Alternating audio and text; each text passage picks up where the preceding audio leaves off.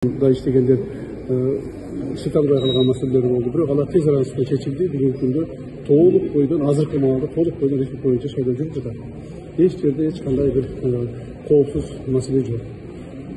Ошондуктан мен ойлойм, биздин шайлоочуларга баардык шарттар түзүлгөн, кандидаттарга баардык шарттар түзүлгөн.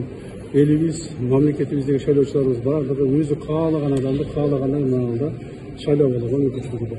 Өзүңүз тажырандык кандай бердиңиз? Мен азыр добуш бердим. Мен негизги берген добушумдун багыты бул тынчтык үчүн, стабилдүүлүк үчүн жана келечек үчүн добуш бердим.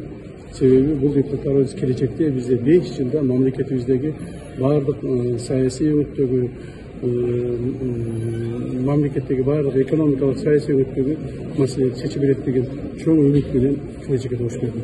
Рахмат. Азыр эме болуп калбадыбы андай геометрикалык рамилер менен эле каалаган участоктон биздин округуна добуш берип атпайбы?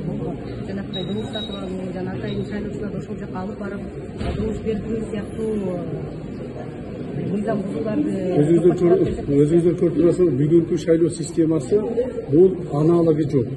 Бул мурдагы Советтер Союзундагы мамлекеттердин арасында керек болсо кээ бир мына Европалык мамлекеттердин арасында аналоги жок. Ушундай бир чоң шайлоо өнөктүгү болуп атат. Бул жерде каалаган шайлоочу каалаган жерге барып, өзүнүн участокко барып, өзүнүн бюллетенин алып, анан шайлап кете берсе болот.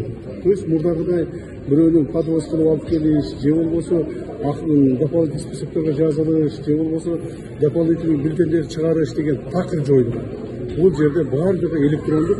Биринчиден, экинчиден ошондой жерде журналга кол коюлуп, кагаз түрүндө дагы текшерилип турат. То есть бул шайлоо ушунчалык таза, дыкат жана ушундай ишенимдүү болот. Бул мен ойлойм дүйнөлүк коомчулукка ойлонот. Рахмат. Сау болуңуздар.